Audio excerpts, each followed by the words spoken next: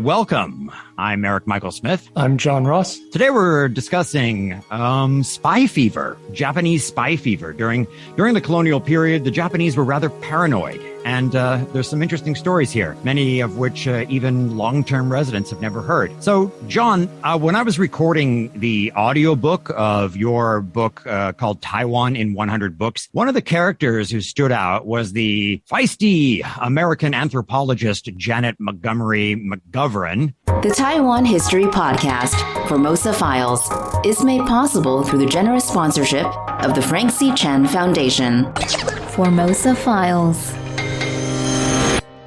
She made numerous visits to Aboriginal areas during her 2-year stay in Taiwan from 1916 to 1918. So that would be just a couple of decades into Japanese rule. Yes, she was here teaching English in a government school in Taipei. Luckily, she had a 4-day work week, which allowed plenty of time for travel. So in the book, you describe one of her excursions into the countryside, and on the way, she's passing through the port of Geelong, or Keelong, as some call it, and she calls Geelong squalid and dirty, just absolutely hideous. Yes, seems a bit harsh, with its grey skies and mouldy buildings. It can look a little shabby, in need of some disinfecting sunshine. Yeah, but I don't think she was really talking about the weather or the mouldy buildings, was she? No, she was referring to that vice common to many port cities, the red light areas. And I say areas because there was one for Japanese and one for Taiwanese clients. I see. So anyway, she's going through Geelong, right? And this Japanese policeman stops her, and she writes about this encounter. So this is her words. Clanking his sword as he spoke, he demanded my name and address. Also, he peremptorily demanded to know what I meant by coming to take photographs in the great colonial port town of His Imperial Majesty, and asked if I did not know that this made me guilty of the unspeakably abominable crime of lack of respect for His August Majesty. I explained that I was not taking pictures in Keelong, had not done so, and had no intention of doing so, that there was nothing here worth photographing. Burn. Funny. But at least with her persistence and the help of sympathetic officials, McGovern was able to get the necessary permission to make trips into the mountains. Relative freedom compared to what would come later. And there's another American, Harry A. Frank, a prolific travel writer who visited Taiwan in the early 1920s. Not super restrictive yet, but he still found traveling difficult. Lots of rules, and much of the island was off limits. Yeah, one of the highlights of Frank's account is a conversation he has with this Spanish priest. And this priest has been on the island for like 40 years, but the padre is quite bitter, and he complains that the Japanese are paranoid and the authorities are suspicious of foreigners. Despite decades of good works, right? He's still being treated like a threat. So he writes, every time the priest left town to visit one of his outstations, when he went on any journey whatever, he had to give the police authorities detailed information as to where, when, and why he was going. And still, they never failed to send spies behind his back to ask whom he had talked with, what he had said, and so on, to the end of patience. Yeah, this seemingly insane level of xenophobic control is revealing. It suggests, and this is supported by evidence, the extent to which Japanese citizens in foreign countries were engaged in collecting intelligence for the empire. Interesting. You suspect me because, I'm doing what I suspect you of. Yeah, not necessarily spies, but patriotic citizens passing along useful info. So we have to remember that intelligence needn't come from professionals with training and high-tech equipment, spies photographing secret documents or such. Right. So, a traveler could assess the condition of roads, bridges, the size of ships able to get into harbors, lines of sight from hilltops, and that is all useful military information. Yeah. In the old days, just to see a new land with one's eyes was a kind of intelligence gathering. And in some places, once you arrived and saw that land, you could never leave. Eryk, you've heard of a Dutchman called Hendrik Hamel, yeah? Ah, yes, Hendrik Hamel. Yeah, a Dutchman, as you say. He was the first European to write an account of Korea. But his story has a Taiwan angle. Indeed. It's July 30, 1653 in Anping, Tainan, the Dutch settlement in southwestern Taiwan. Hendrik Hamel, he's a 22-year-old bookkeeper, and he's aboard a three-masted Dutch East India Company vessel called the Sparrowhawk. The ship set sail from Taiwan, headed for Nagasaki, where the Dutch enjoyed rare trading rights. They were the sole Europeans allowed to trade directly with Japan at this time. The ship is laden with the typical cargo of the time: camphor, deerskins, and sugar. Right, but the Sparrowhawk never reaches Japan. The ship and her crew of 64 vanish without a trace, and later that year, they're officially declared lost. They'd been caught in a typhoon. The ship was driven ashore southwest of the Korean peninsula on Jeju Island. The 36 survivors were taken by ship to the nearby Korean mainland and then overland to the royal court in Seoul. Hendrik Hamel and his fellow survivors are enlisted as guards at the royal palace in Seoul, and dismayed to find that this was lifetime employment. Yeah, exactly. And we mean that literally, lifetime employment. This is because Korea's rulers feared militarily useful information getting out of the country. So the Dutchmen, like other foreigners with the same ill fortune of washing ashore, they had to spend the rest of their lives in Korea. Welcome. But before long, the Dutchmen are, I guess, apparently getting tired of eating kimchi, and they start plotting their escape. The plot's uncovered. The Dutchmen are punished and exiled to the southwest of the country, where they work as laborers. Some of them marry local women and have kids. In 1666, after nearly 13 years in Korea, Hamel and 7 of his crewmates, they managed to escape in a small fishing boat to Japan, and from there returned to the Netherlands. So this time they did not stop off in Anping or Tainan, right? Because the Dutch had been kicked out by Kaohsiung 4 years earlier. So this contrasts a bit with stories from China. It's kind of different, isn't it? Yeah, China was pretty good by comparison. They didn't allow foreigners into the interior. They just denied entry at ports and told you to go away. No lifetime employment. Right. And I guess as a huge empire and a great military power, it had perhaps less to fear than maybe Korea. But the Chinese had secrets, right? Some industrial ones, like the mystery of silk and tea. And of course, then after the Opium Wars, the country was pried open by the Western powers. Yep. But let's return to the Japanese colony of Taiwan. It's 1935, a year of spy fever. But our story starts in Shanghai, an international city, the very opposite of a hermit kingdom like Korea. Shanghai's open to everyone. You don't need a passport. As such, it's a haven for Russians who have fled the Bolshevik takeover of their country. And among this Russian community, there's a 19-year-old, Gene Rubin. He spent his early years with his parents on the Russian borderlands, his father black market trading, selling weapons to anti-Bolshevik forces. But then they fled to Shanghai. The father started a ship salvaging business. Ooh, ship salvaging. We have talked about this before. That is one dangerous business. Yeah. His father was killed in an explosion when he was just 38. Ouch. The son, Gene, he started salvage diving when he was 14 years old. 5 years later, though, he's looking to get out of Shanghai. He hears of 2 men who have bought a ship, and they're trying to recruit a third man. The 2 young men in their 20s are an American called William Gates, formerly a U.S. Navy officer, and a German called Heinz Raeder, formerly a journalist with a German news agency. Okay, so an American, William Gates, Bill Gates, formerly a U.S. Navy officer, and a German, Heinz Raeder, formerly a journalist with a German news agency. I can't help but notice that there are 2 usages of the word formally in those last 2 sentences. Okay. They're both currently between jobs. Don't worry. They have a plan. They're putting their last money into a treasure expedition. Oh. They're going to hunt for treasure in Africa and sailing there via Formosa and the Philippines and onwards. Treasure in Africa. What could go wrong? The German claimed to have been on a doomed hunting expedition in Southwest Africa, and he was the sole survivor of the expedition, and he came upon a wreck of what he thought was a Spanish galleon. Oh, this guy sounds like maybe a good storyteller, but this entire thing sounds, okay, I'll just come out and say it, crazy. Crazy. Yeah, crazy enough by itself, even without considering the condition of the boat. It's a 32-foot boat, old and shabby, not built for the open sea. It has a drop keel, retractable rudder, good for coastal waters, but not open sea.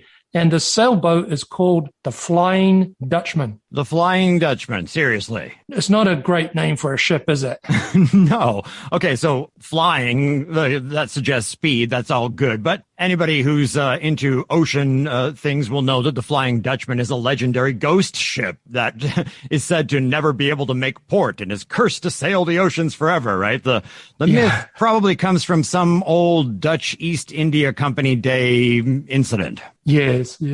As well as the seaworthiness of their craft and the name, they also had pirates to worry about. There were several serious pirate attacks in the area in the months leading up to the departure. So the story goes that in March, the Flying Dutchman gets ready to sail down the Yangtze through the mouth into the East China Sea. But rather than go down the China coast, they head to the open ocean to sail down the far side of Taiwan because there's less chance of pirate encounters that side. Yep. After 11 days of sailing, they reach Geelong, the largest port in northern Taiwan. They need water, supplies. Geelong is a great setting, a rather small harbor, ringed by hills, and often draped in clouds and rain. Very often. And as it was for these treasure hunters, drizzling rain welcomed them. And also a police launch, angry shouts, and the yacht was towed to a wharf. Policemen swarm over the boat, search it, looking for suspicious documents, cameras, or any other incriminating proof of spycraft. The three men were accused of being spies and questioned. Eventually, not finding any evidence of skullduggery, they were released. So they spent a few days in Geelong making some minor repairs, buying provisions from rather nervous shopkeepers. William calls the American consul in Taipei to ask about entry regulations for Manila. So this consul, Mr. Edward Manny, warned his countrymen to be careful. He's like, spy fever is rampant. Have you heard of the Juno? And they're like, no, the Juno? What's the Juno? So Consul Manny explains that a Dutch oil tanker had run into trouble in the Pescadores, or the Penghu Islands, and the captain was arrested on suspicion of being involved in espionage, and the ship was escorted to Kaohsiung and confiscated. Yeah, the Juno had sought shelter in the port of Mako, as Magong today, earlier in the month, and the Japanese took offense. Though there was no evidence to support the charge, the captain would be prosecuted and found guilty of violating shipping laws by intentionally entering a fortified area. Penghu was registered as a typhoon anchorage at that time, so you could seek shelter there. But the next month, the Japanese, they changed the designation of that to a prohibited area. So you're not even welcome if you are desperate and need a place to hunker down from a typhoon. Ouch. So Consul Manny tells William that although their route down the east coast of Taiwan has no areas that are officially designated as fortified areas, that they should still exercise caution. And on April 20th, the Flying Dutchman sails out of Geelong Harbor. And we know that April is a good month for sailing, but you can't, dawdle. There's that shift of winds coming, the southwest monsoon. The currents and winds don't cooperate, so they make slow progress. On April 23rd, they reach Kaohsiung Point. That's Changbin today, the northernmost point of Taidong County. And the next day, they see a police boat watching them, but they have more to worry about soon. Stormy weather, and they lose sight of land. They're taken out to sea and northward. And then they sail west back to Taiwan, trying to get near the coast and away from the strong current. But 5 days later, they found themselves back at that Kaohsiung Point. So 5 days and they're back where they started. And in the next couple of days, they do make good progress south, but nearing Taidong City, they came upon naval vessels in the distance. And then they saw a police boat speeding toward them. So their Flying Dutchman is seized and they're taken to a police station in Taidong. Why Hadn't they departed Taiwan quickly? They're asked. So William and Heinz are stripped and searched, thrown in a police cell. William was refused to call to the American consul. Okay, unhappy. But at least he and the German, they had official nationalities. Gene is a stateless Russian, a so-called white Russian. There's no national government to back him up, nobody to call. Who's he going to complain to? Stalin? Yeah. Yeah, so he gets really harsh interrogation. Gene was taken to another location, stripped, searched, put in a cage-like cell. He had a tightly woven straw hood, which looked like a bucket, placed over his head. He was taken to a chair, the hood removed. Bright spotlights shined on his face. Couldn't see his interrogator, and the questioning begins. Heavily accented English, asking him, "What government are you working for?" But although he's handled roughly, he was not beaten, and he's taken back to his cell. This sounds like a bad movie plot. You know? Yeah. That hood thing, okay, it's a bit, a bit kinky, but in general, the situation could be worse. It gets worse. When he starts nodding off back in his cage, he gets poked with bamboo poles. He's dragged out and interrogated, prodded every time he starts falling asleep. And one of the guards was particularly sadistic and hit him really hard. After 24 hours of this interrogation and no sleep, he's moved to the detention cells where his two buddies were being kept. All three are in separate cells and apart from the Formosan prisoners. And they're not given any explanation what's happening to them. Wow, stuck in a cell in a remote town on the edge of the Japanese Empire like this, you could rot away there for years. And yet, they were soon world news, from the New York Times to little regional newspapers in New Zealand. Yeah, and how had that happened? Well, the rather proactive American consul, he was curious and relentless. That was that Mr. Edward Manny we talked about just a bit ago. So the U.S. consulate in Taipei monitored local media and had an interpreter translate local Japanese language papers. And on April 29th, there was a report of a suspicious yacht with a crew of 3 foreigners being held and investigated. So Manny puts 2 and 2 together and figures, well, the ship must be the Flying Dutchman. And one of the men must be that American who had called him from Geelong. So he informs the American ambassador in Tokyo, and the story hits the wires on May 2nd. It might have been a minor incident, but it was part of a bigger ongoing story, namely Japan's spy fever and Japanese aggressive moves. The dark clouds of World War II at this time were very much gathering. Yes, further local Taiwan news reports said that it looked like an espionage case, that the 3 men were connected to the military and were part of a wave of international spies coming to Taiwan. Given the seriousness of the case, the men had been moved up to Ilan. Consul Manny contacted the Japanese authorities. Their initial reflex reaction was denial. Who? No, sorry, who are you talking about? Don't know. But Manny pushed, and he was told he couldn't see William until after the trial. Meanwhile, there was talk of a Japanese military conference to discuss this spying incident. Okay. And these are all guys in their 20s who are trying to go on an adventure to Africa to look for treasure, right? Yeah.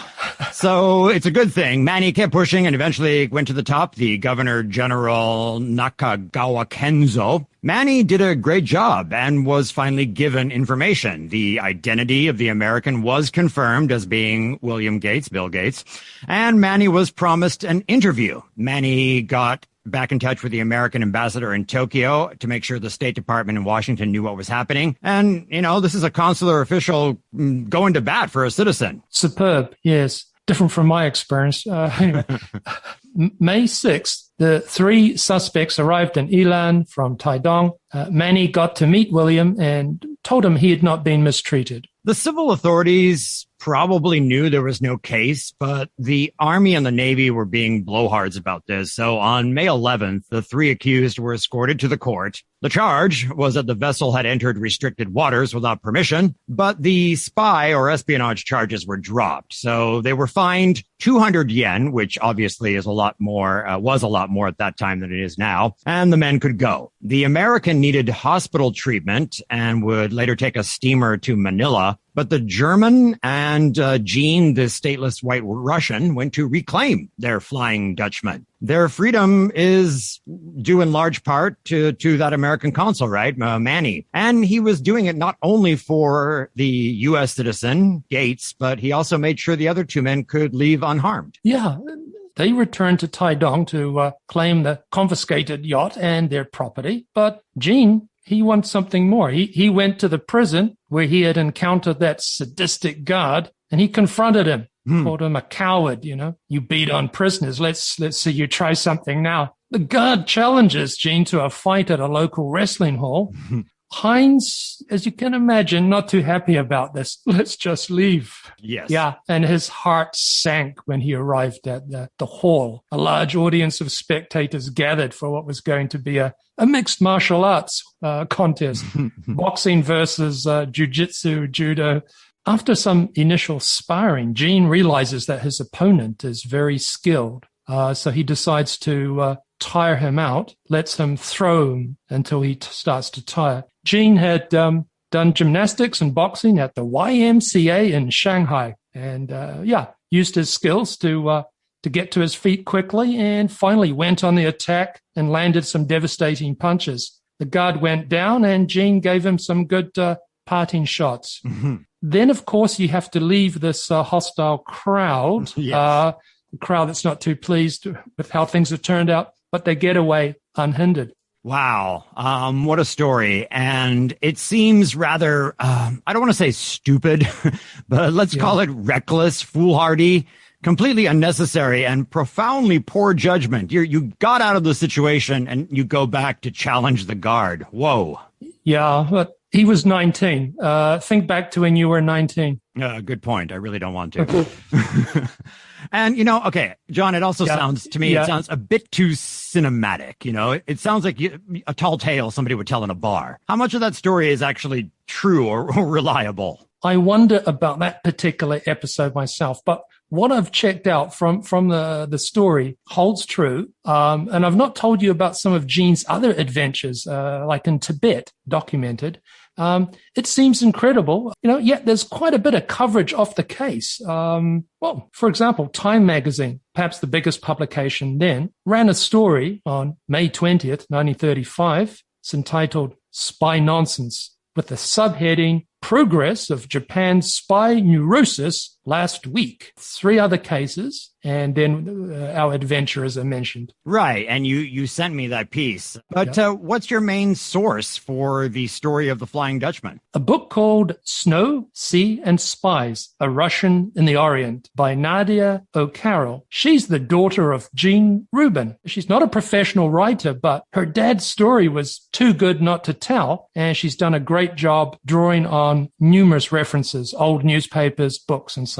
Yeah, that's awesome.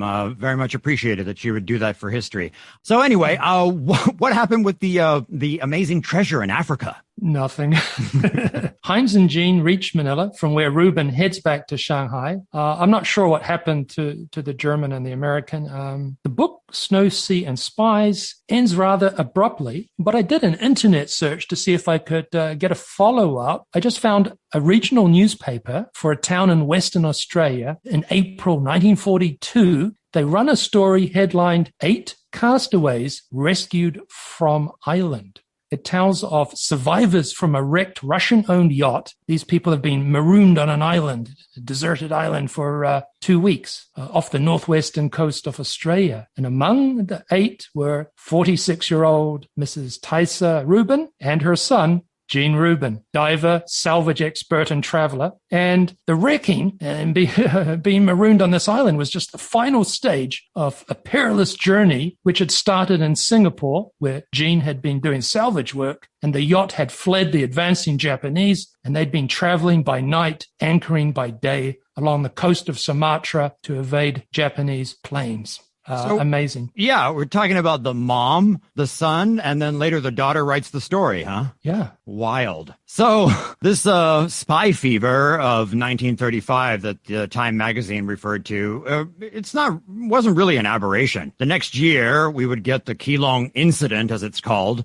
Japanese authorities there had whipped up hysteria surrounding foreigners in Taiwan, and seeing as there were fewer than 100 Westerners here at that time, some of that hysteria would be directed at rare visitors. The Keelung incident of October 1936 centered around the mistreatment of British sailors. 3 British sailors from the HMS Bruce were arrested and beaten by police for what seems to have been false charges of not paying for a taxi fare.